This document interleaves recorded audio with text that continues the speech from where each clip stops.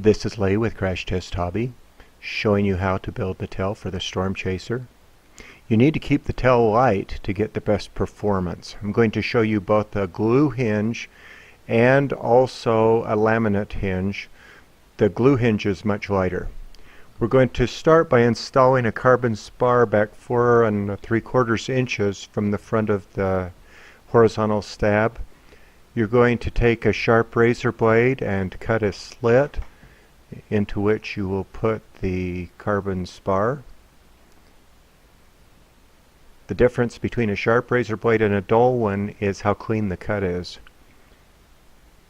You're going to want to lightly sand the spar so the glue sticks to it, and then press it into the slot.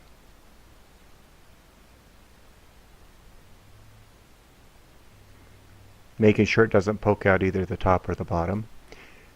Put a little baking soda along the line, which will act as a catalyst so the glue both will stick better to the spar and also so that it sets the CH glue faster. Make sure you get the excess off or it will make hard lumps that you can't get off the foam. Now the tail is a lot lighter if you don't laminate it, and every ounce you add at the tail of the plane ends up to being about 3 ounces you have to add at the front of the plane. So the lightest way to build a tail is not to laminate it, and you can either pin the surfaces to a piece of cardboard, which is probably a little easier than this, or pin the pieces together and then put a very thin layer of goop glue or of a quick grip glue along the seam, and then spread it very thinly.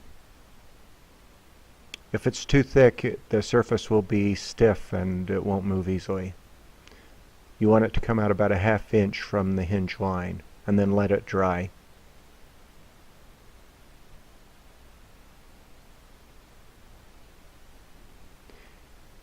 And you can see how it sits from all angles. Now you're going to do the same process for the vertical and the rudder in order to make a glue hinge. Now we trim also off the back corner of the rudder so it won't interfere with the elevator, and I'll show you that in a minute. Once you've put the glue down, don't go back and try touching it up later. It tends to roll the glue up and make a rough surface that you cannot fix. So once you've got it set and smooth, leave it alone. I'm adding a few pins so it doesn't shift while it's curing. Now if I'm going to laminate the elevator, I lay out the laminate and then iron the laminate down with a temperature of about 190 to 200 degrees. And then wrap it around the edges and seal it down. I've shown you this on the fuselage build, and I don't want to spend a great deal of time showing the laminating process. The elevator, being a small piece, is more sensitive to heat. You don't want your iron too hot or you will end up changing the shape or warping the elevator. So after rolling it up, I run the iron down it and seal all the layers of the rolled laminate at once.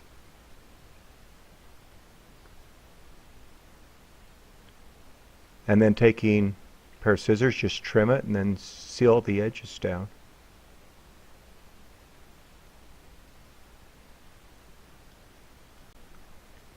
Using a pair of scissors, I will then trim the ends so that I can wrap the ends. It's the same kind of process on the other surfaces, that just open it up and iron the pieces around so they overlap. The laminate sticks real well to itself. Haven't had any trouble with this coming apart. Now I need some 1-inch wide tape in order to seal down, to make the hinge on the elevator and on the rudder. So I only have 2-inch tape, so I use a sharp razor blade and make some 1-inch wide strips. And then placing the tape at the hinge line, I line it up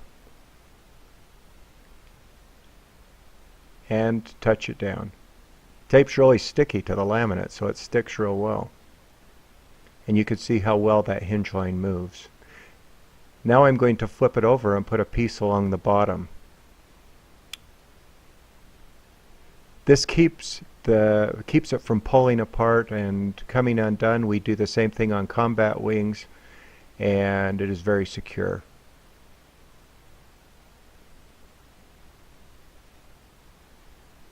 But once again, you don't want to add any more weight to the tail of the plane than you have to, because you will have to compensate for that with weight in the nose of the plane. Now, the extreme tape is very sensitive to UV light. Usually takes it about 3 months to turn yellow and peel off if you do not put laminate over it. But the laminate is such a good shield that I have planes that are nearly 10 years old where the E-tape looks like it's brand new once it's sealed under a layer of laminate. Your iron, once again, should be around 200 degrees. You don't want it to where water boils on it, but that it steams if you don't have a thermometer. And then once again, doing both bottom and top and sealing that hinge line tape into a protective seal. Then flex the elevator down and iron along the hinge line to relax the hinge line. Now you can go back and trim the back part of the rudder off, and this angle is so the elevator can go up and down and not interfere with the rudder, or the rudder interfere with the elevator. And you're going to do the exact same process as done with the horizontal.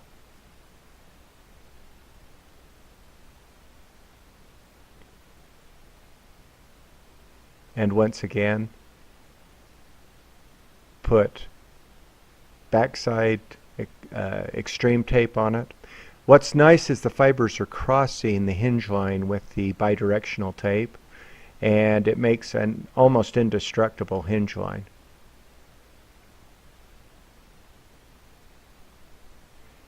And then iron the laminate in place. It really doesn't take too long to do this setup once you're used to how to do it. And then of course trim it, and then we'll do the other side.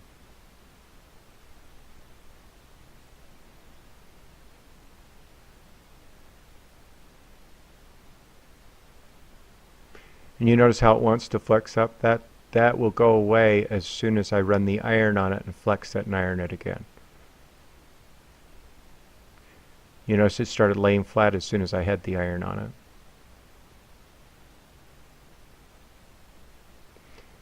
Now is a good time before you glue the tail surfaces on to add color to the tail.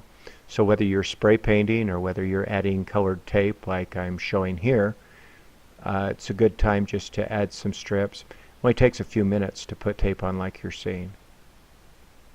Now I'm putting some center marks so that I know exactly where the center is to line up the horizontal, and drawing it on the bottom of the horizontal tail surface. I'm now going to cut the laminate out, so I'm gluing to foam, not gluing to laminate. But I don't want to cut into the foam or weaken the spar, so I'm just barely cutting deep enough to divide the laminate.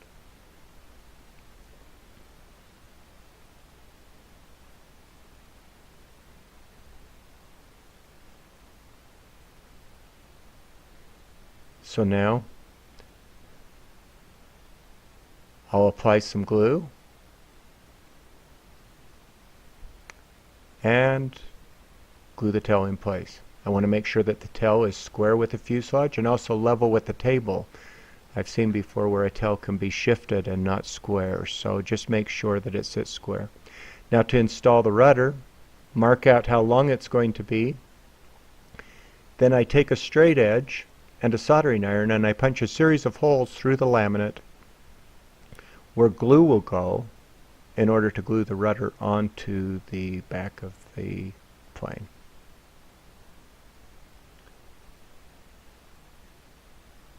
Then with the glue gun I work glue into the line.